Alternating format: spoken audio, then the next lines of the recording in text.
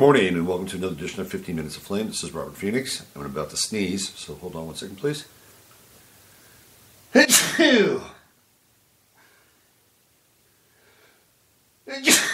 How come Alex Jones never sneezes? I've never seen Alex Jones sneeze. Has anybody else? I've never seen him sneeze. I've never seen him cough. Is he human? Maybe Alex Jones is a robot. That's an interesting question to undertake here. On the 8th day of February, still in the sign of Aquarius, although not for long. We've got 12 more days of the message bearer before we move on to Pisces, the fish. Pisces the fish. Speaking of Pisces the fish, the Malcolm Butler conspiracy is still lingering.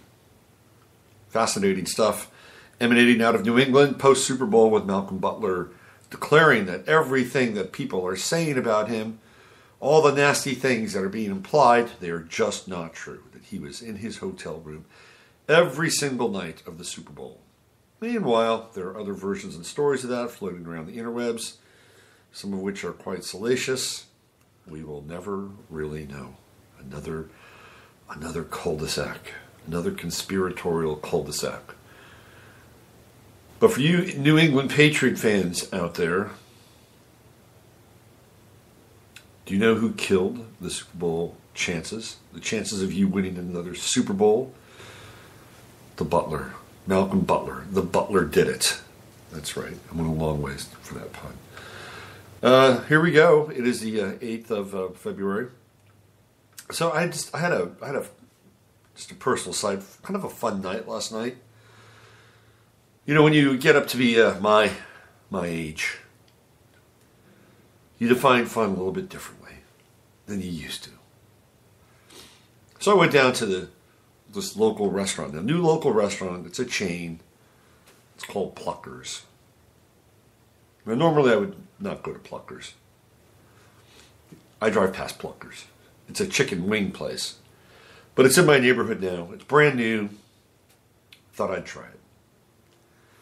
So I went there last night and I sat at the bar, and lo and behold, I found out it was trivia night at Pluckers. The first ever Wednesday night trivia night at Pluckers. So I sat down and got myself a little adult beverage, ordered some wings. Oh, we got a comment already. What do we have here? Yes. Judy's following me, man. She's stalking me. Yeah, so anyway, here's the reason why I'm talking about trivia. I posted a picture of we won last night. So I grabbed a little team together from the bar and started off with 4 people. But the 4th member had to leave. He wasn't contributing that much anyway. He wasn't pulling his weight. I was getting ready to kick him off the team. No. So he left, and it was me and this young couple, and very nice young couple. It's like, oh, hey, you're the future of America. I like this. Have babies. So we actually won. They were quite good on things that I would not be good at.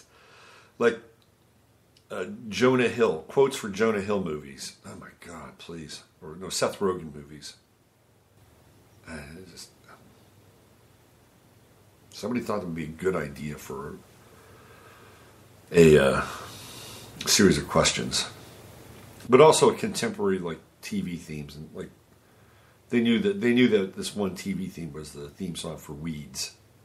You know, I'm not a big contemporary TV watcher. So they were great. They were great. So we won the trophy. And then I posted it on Facebook. And I'm up to 67 likes on Facebook for posting that picture. I get 10 likes for my, if I'm lucky. For my radio show, I'm lucky if I get 10 likes. Oh man, it's funny. It's like this, I do this every day, and I consider it to be something, at the very least, semi-serious. You know, like I'm trying to, keep things out there and talk about things and peel back the layers on things. And if I'm lucky, I'll get 10 likes. But if I post I won trivia at Pluckers, I'm up to 67 and rising.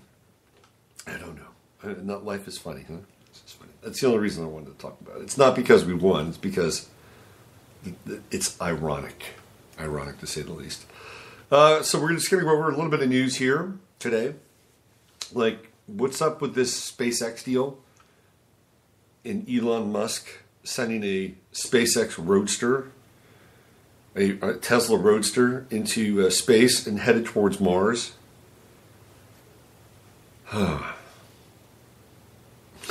It's so funny. So there's this theory, and the theory is that okay. So he sends this Roadster, this Tesla Roadster, into space, and there's an astronaut, like a dummy, at the wheel, and the dummy and the Roadster are going to land on Mars one day. By the way, how come nobody ever sends anything to Venus? There is never, I've talked about this before, there's never any discussion whatsoever about Venus. It's always Mars, Mars, Mars, Mars, Mars. Mars, Mars, Mars, but never Venus. Why is it? Well, I have theories about it. One of the theories is that apparently that Venus is where a lot of the UFOs emanate from. I guess that's either their home planet or it's a portal or something like that. If you get too close to Venus, you get too close to the actual evidence of UFOs and our extraterrestrial friends. But it's also the feminine. Venus also represents the feminine, of course, in astrology. But we're always headed towards Mars. It's almost like the reenactment of Mars is a celebration of war. The veneration of the planet allows us to keep the culture and ritual of war in our midst. Could be. Anyway, the theory is that the dummy is no dummy, and it's actually somebody that Elon Musk has killed. And that he's getting away with murder. And that apparently there's another body in the trunk. I mean, look, I'm all for breaking stuff down and getting into the down and dirty of what the quote-unquote mainstream news won't cover. That's a little ridiculous, I think, but who knows? I mean, the most ridiculous things hidden in plain sight could absolutely be true. And who would know, right? Who would know this would be the case? Interesting.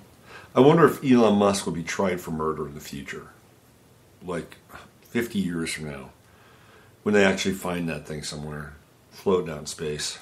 Somebody finds it. Brings it back. Of course, Elon Musk would be immortal because he'll have to stand trial. And this is and there's all kinds of strange theories that Elon Musk is actually from the future. He's actually a time traveler, and he came back to cover up the evidence of a murder, and this was his way of doing it. I mean, this is the world we're living in now. It's kind of interesting, though. It makes things interesting at the very least. It gives us something to talk about. But if they did find it floating out in space 100 years from now, Elon Musk has gone down the path of the immortals. He's like, I'm not going to let AI beat me. I'm going to have my own AI. I'm going to have my own version of AI, and I'm going to take care of myself, and I'm going to live to be 200 and more. Unfortunately, they find the SpaceX Roadster and try him for murder. And they have to kill him and end his quest for eternity. Sounds like a movie. Speaking of eternity, today we're going to do a couple dates in history today, and then we're going to talk about sort of the meat of today's show, which is more blood and guts and more war. Speaking of Mars, over in Syria, we just can't seem to get our paws off of Syria. Can we now? So I'm going to do a little segment on each show, and it's called The Time Tunnel. And I'm going to get music for it, too. I'll get some nice little music. I'll hit the music. So this is basically like looking back on this day in history and trying to find some interesting correspondences, because I like doing that. And I found a couple today. Remember now, keep in mind, we are in the sign of Aquarius, so a couple of these things are going to be Aquarian related. And some of them have, there's one event that I find fascinating here. Actually, it's two events, but they're connected. So back in 1587, Mary, Queen of Scots. Most of you know who Mary, Queen of Scots is. She was executed on suspicion of having been involved in the Babington plot to murder her cousin, Queen Elizabeth I, who might have been a man. There are people who suggest that Queen Elizabeth I might have been a man, which is why she was not ever able to have any children. Yeah, how about that? Queen Elizabeth might have been a he. Anyway, Mary, Queen of Scots was murdered. Not murdered. Well, she was. An execution is a murder. It's just given a nice title, right? It just makes it nice and official. So she was executed in 1587 on February 8th. And as we spin the wheel and move forward in time, in 1960, hold on a second. Hold on. It's not 1960. I just had it here. Where are we? 1952. Thank you. 1952. That Elizabeth II is proclaimed the Queen of England. So in 1587, Queen Elizabeth I executes Mary, Queen of Scots. And on the very same day, 1952, Elizabeth II is proclaimed Queen of the United Kingdom. Now, in 1960, another event takes place with the royal family. And here's the line. Queen Elizabeth II of the United Kingdom issues an order in council stating that she and her family will be known as the House of Windsor, because before that they were the Hanovers, and that her descendants will take the name Mountbatten Windsor.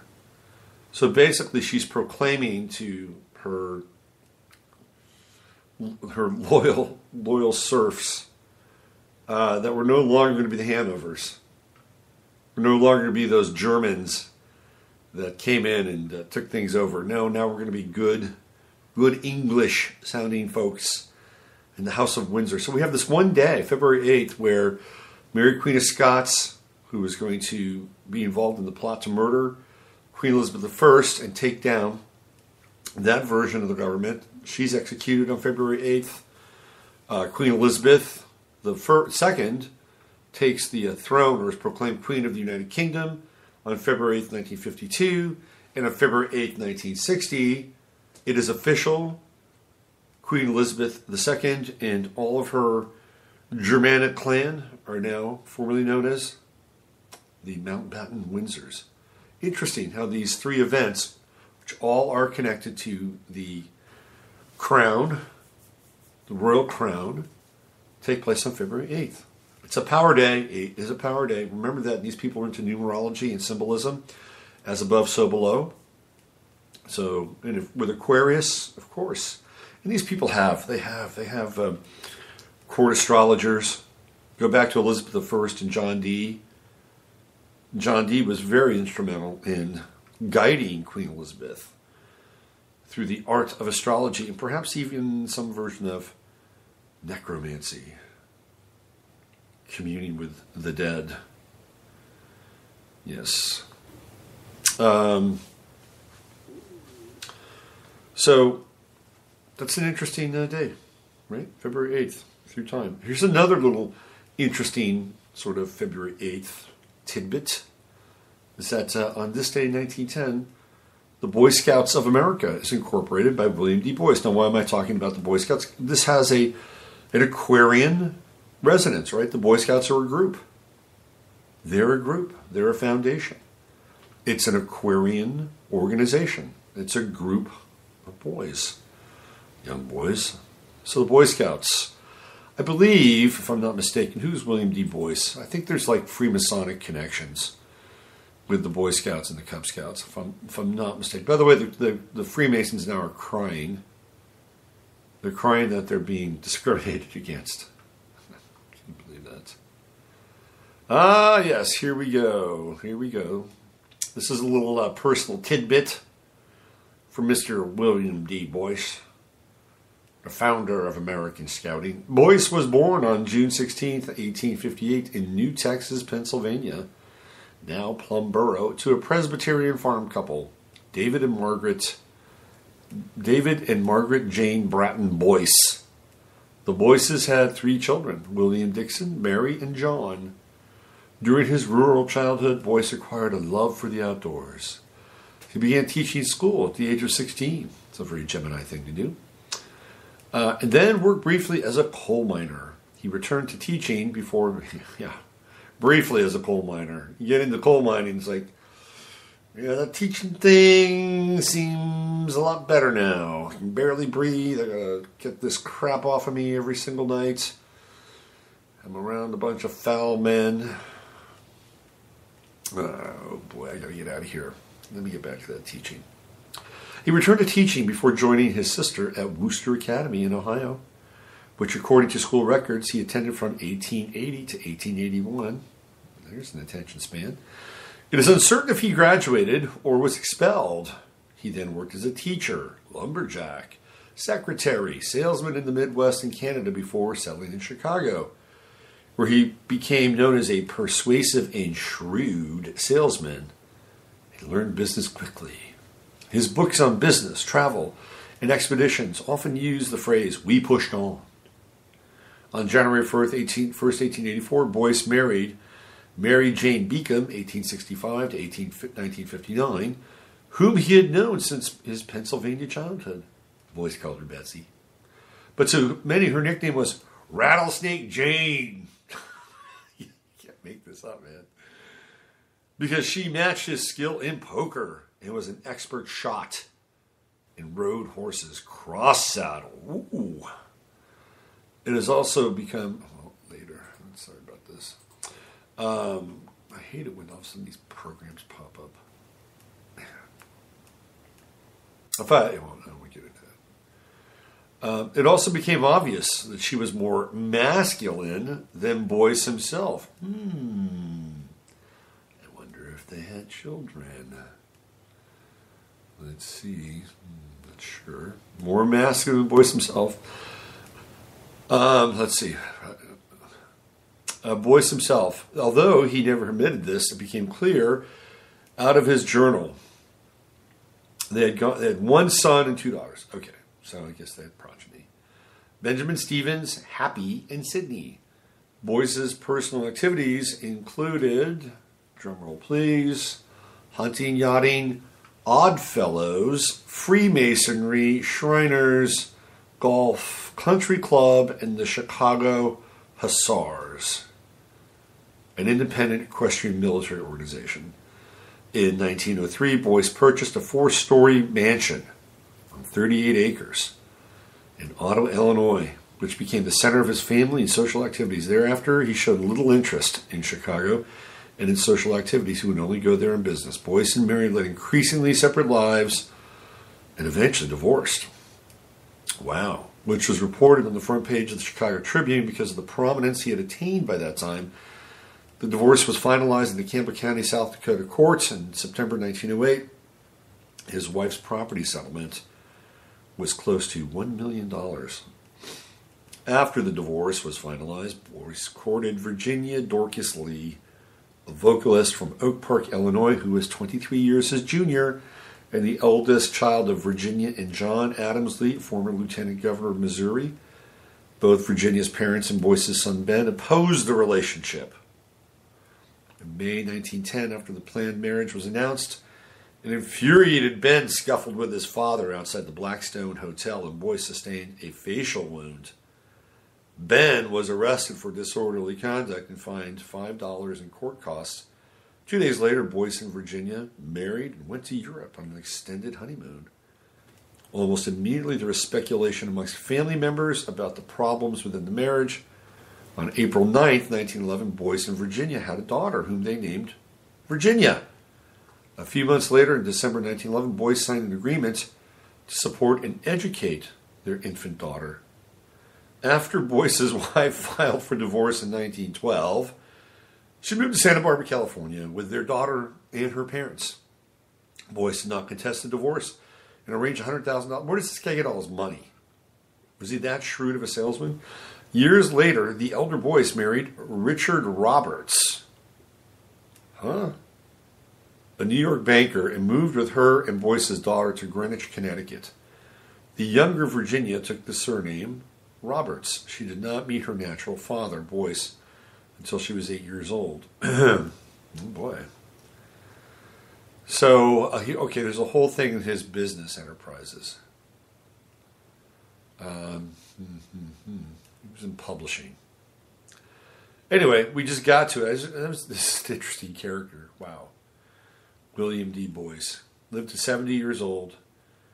And he's in the Ottawa Avenue Cemetery. So if you're ever in Ottawa, Illinois, go out and check him out. You can go pay a visit to his grave. I just wanted to confirm that he was a Freemason and a Shriner. And so this is the guy that started the Boys Club. The Boys Club, you get it? Boys, the Boys Club of America. In his own image, he recreated himself amongst millions of young men that would follow in his path. Okay, a couple other interesting events today that actually have to do with the sign of Aquarius itself. And let's see, where's the one that I was zoning in on here? Let's go back right around.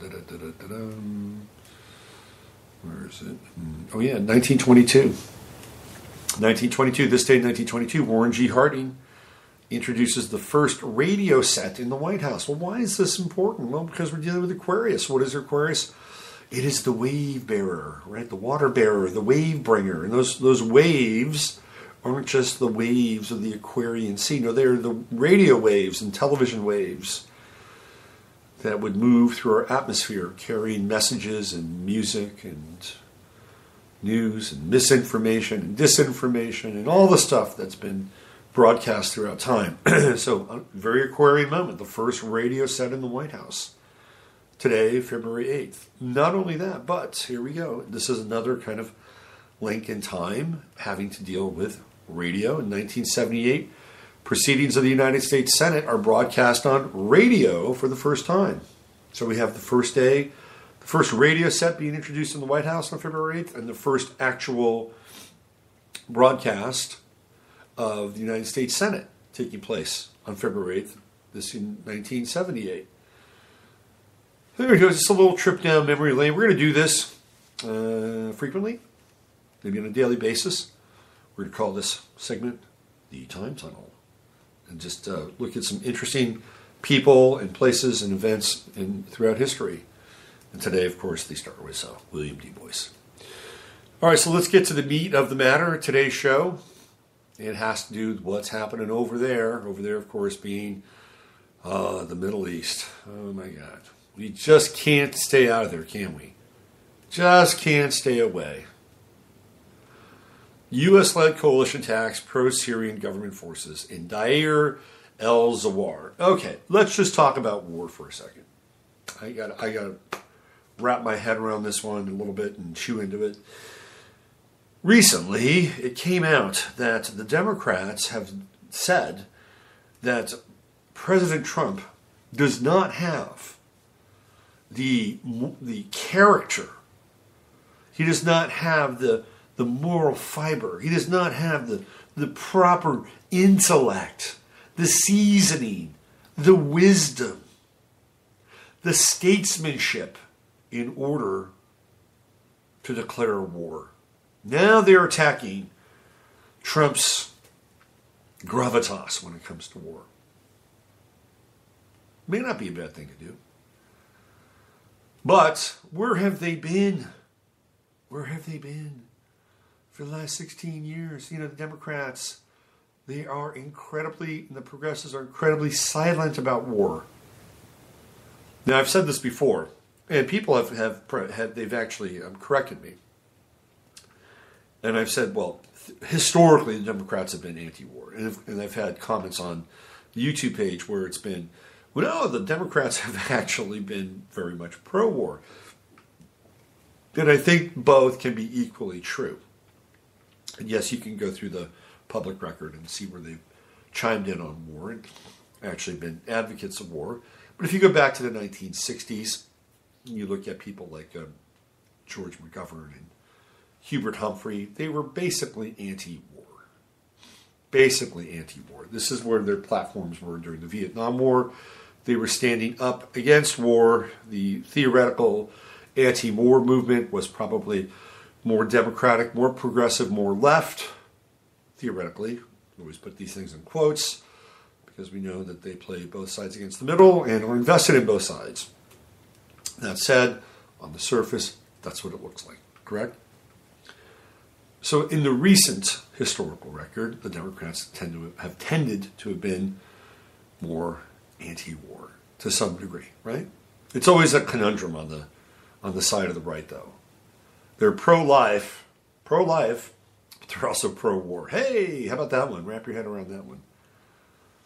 Now you can't kill those babies, but you can go kill somebody else's babies. We don't care about those babies. You know what happens. Another one of the ironic paradoxes of the world we live in. Anyway, so the left had a historical record recently, not too much recently. Now you'd have to go back to the 60s to actually try and find it, but it's there. And now all of a sudden they're coming out and saying, "Oh, Trump's not qualified." Well, how was Obama qualified to do drone strike Thursdays every Thursday? I'm sorry. Did Obama go to some kind of war academy? Did he go to war camp on weekends? Was Obama taking an online course from Phoenix University on war? Oh, Michael, guess what? I just got certified. I just got certified in strafing. I'm proud of you. I'm proud of you, Barack. No, he didn't. He had absolutely... Oh, but he has moral gravitas. He understands. He understands the wages of war because emotionally and morally he's better suited to make these very difficult decisions. Bullshit. And even George Bush, how is that guy? He flunked out of the, what was he, Texas National Guard? Texas National Air Force State? Please. Who is morally prepared to be able to engage in war, to order the death and slaughter of millions of people? But it's a dog-eat-dog world out there. It is. I mean, we are dealing with the Russians to some degree. I mean, on one level, they're not a threat, and on another level, they are kind of a threat. You can't trust them. You can't trust anybody in this. Can you trust the Russians in dealing with world affairs? Nah, probably not, because you can't trust anybody. Chinese, certainly not. The Chinese have plans. They got big plans. They're looking at this century as being their century. The next 100 years, they believe belongs to them. So these are kind of the real kind of boots on the ground realities that we're dealing with here on the global stage. And that doesn't necessitate war. But certainly, if you get into game theory, you look at, well, I've got this and you've got this, and so this cancels each other out. And this is what happened during the Cold War, theoretically, again, which was pretty much a theater. The Cold War was a theater.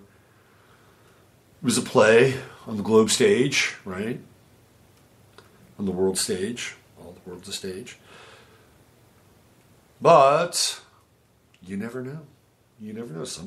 One of these people might say, "Hey, look, we're gonna throw all in here. We're gonna call your bluff," because that's what it all is: holding cards and calling bluffs. This is what's going on in North Korea. But to say that Donald Trump is not fit or adequate enough to lead a war is ridiculous, because nobody really is, unless you're a general. If you're a general and you've seen people die, you've seen the ravages of war, you've had people die in your arms, you know that war is a racket and all that stuff, then you're probably somehow morally fit and suitable to declare a war. And that's about the only instance. So let's talk about what's happening now in Syria. Of course, the Democrats will never talk about this. They'll never bring it up. They just leave it alone. The only one that brings it up is Tulsi Gabbard. So U.S.-led coalition attacks pro-Syrian government forces in Deir el-Zawar. The U.S.-led coalition in Syria, so we're still there, has attacked pro-Damascus forces in what it claims to be defensive strikes in the country's eastern province of Deir al-Zawar. So they're still out there. They're hanging out on the eastern side. Syrian pro-regime forces initiated an unprovoked attack against well-established Syrian Democratic Forces, the SDF. Headquarters on February 7th, said a statement released by the U.S. Central Command early on Thursday. The statement noted that the coalition service members were accompanying the so-called SDF while they came under the attack. Reuters later cited a U.S. official as saying, on condition of anonymity, that over 100 pro-government forces have been killed in the assault. The U.S. has around 2,000 military personnel in northern Syria supporting the SDF, which is an alliance of militias in northern and eastern Syria, largely dominated by the Kurdish People's Protection Units, also known as the YPG.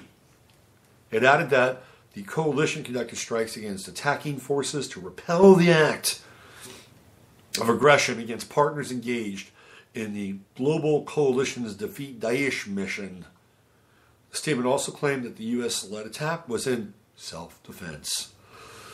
The U.S. and its allies have been bombarding what they call Daesh positions inside Syria since December 2014 without any authorization from the Damascus government or UN mandate. The strikes, however, have on many occasions resulted in civilian casualties and failed to fulfill the declared aim of countering terrorism. The Syrian Foreign Ministry has on several occasions written to the UN complaining that the U.S. is flagrantly violating the sovereignty of Syria by targeting residential neighborhoods. Wow. So there you go. Even though ISIS was defeated and their soldiers sent packing back to places like Copenhagen, London, Frankfurt, Paris, doesn't matter. Doesn't matter. Oh, Daesh is there. We gotta stamp this out. People, when are you gonna wake up? When are we gonna stop sending our men and women over there? When is this gonna? What is it gonna take? What is it gonna take? And this is I think the real damaging hook of patriotism. Like, look, you want to love the country? Fine, love the country. Love it. There's a lot to love about this place. It's a lot to love. But you have to go in with your eyes open, right? It's like a relationship. It's like a relationship that's tricky at best. There's some really great things about the person that you're involved with, but there are also some not so great things about it too. You got to go in with your eyes open. Say, okay, I know that these things can happen. Yeah, the person is great and smart and happy and fun and they're great in bed, and when things are good, they're great. But when they're not, boy, look out, because there's some other stuff going on here that you're going to have to deal with.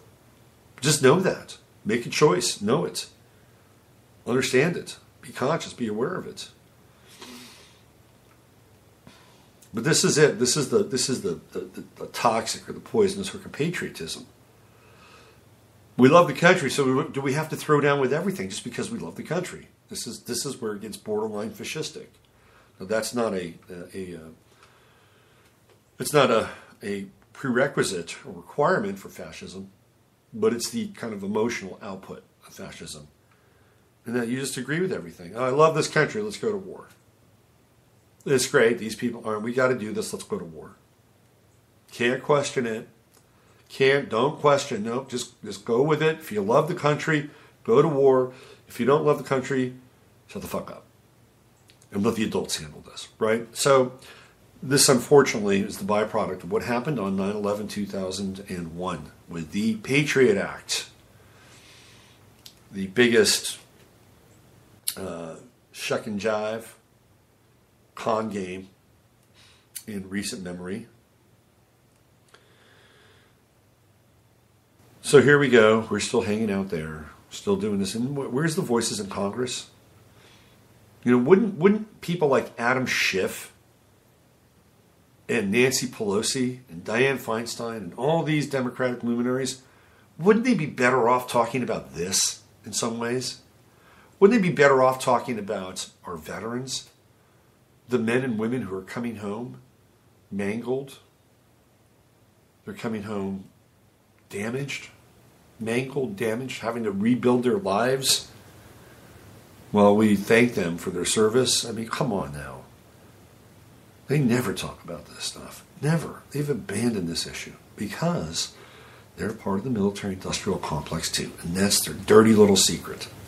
Republicans make no bones about it, right? They're just, hey, we're down with this.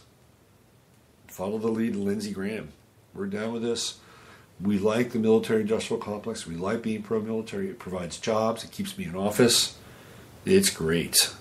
It is great. And if we have these micro wars every now and then, and a few undesirables have to suffer the consequences and bear the brunt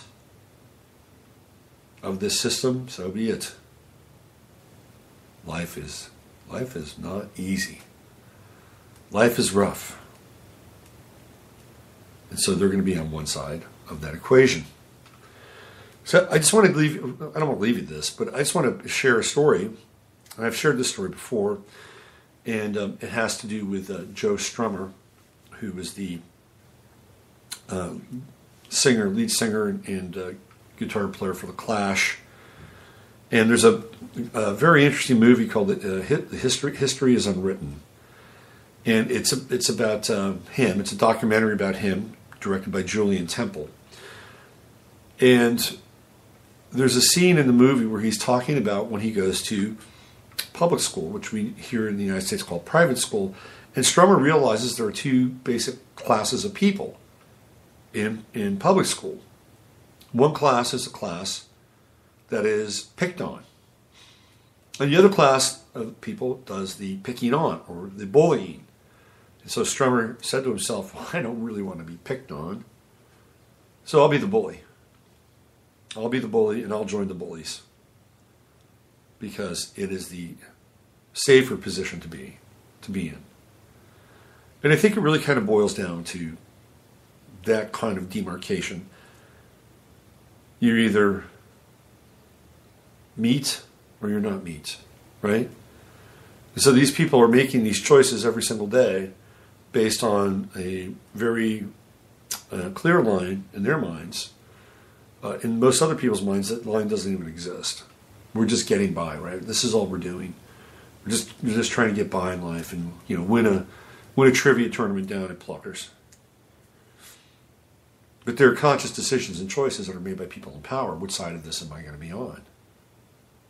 Am I going to be on the side of meat, or am I going to be on the side of the eaters? And unfortunately, I think we've seen the outcome of those decisions.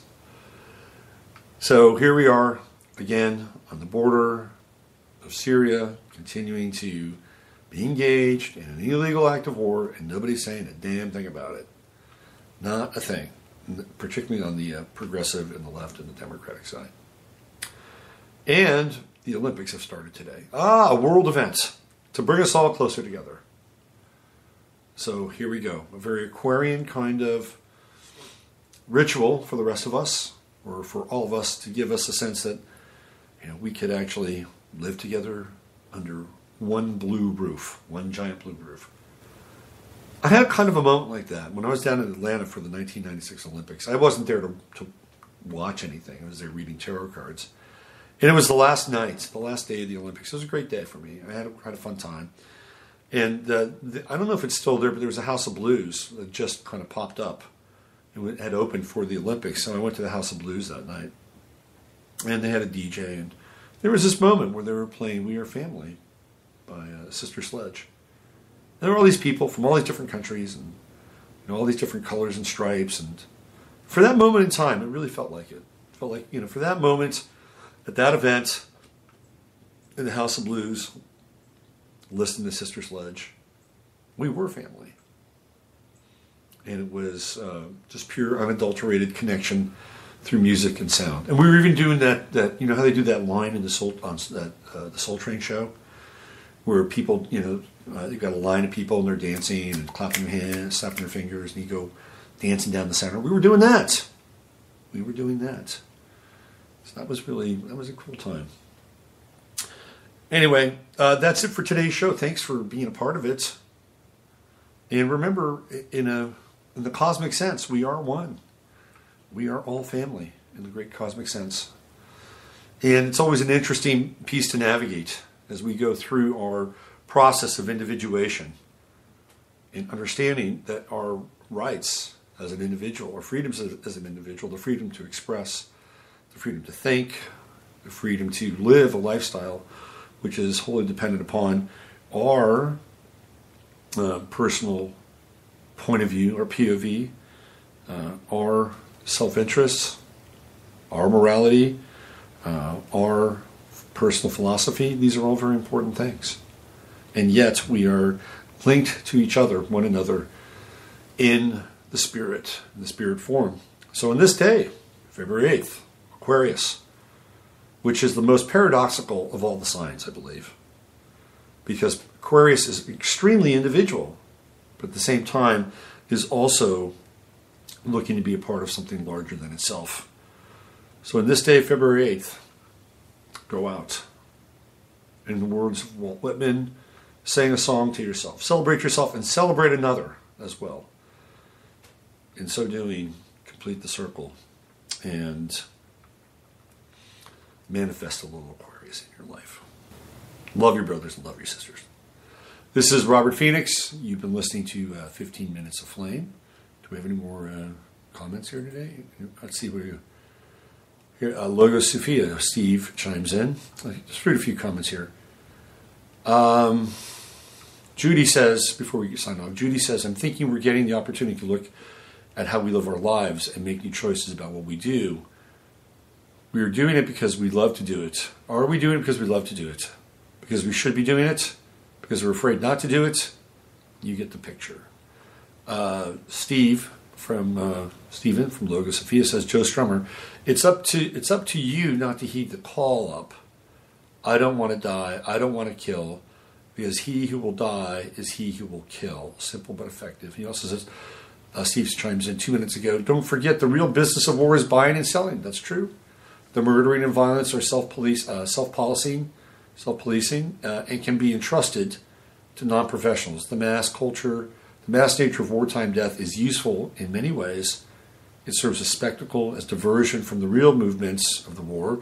It provides raw material to be recorded into history, so that children may be taught history as sequences of violence, battle after battle, and be more prepared for the adult world. Best of all, mass death, a stimulus to just ordinary folks, little fellows, to try and grab a piece of that pie while they're still here to gobble it up. The true war is a celebration of markets. That's from Thomas Pynchon. That's a quote. Here we go. Thomas Pynchon, Gravity's Rainbow. Thank you, Steve, for the literary addition to today's show. All right, that's it. You know the drill. Use your head to discern what's real, your heart to stay when it's possible. The true Aquarian spirit of things. This is Robert Phoenix. I'll see you 24 hours from today.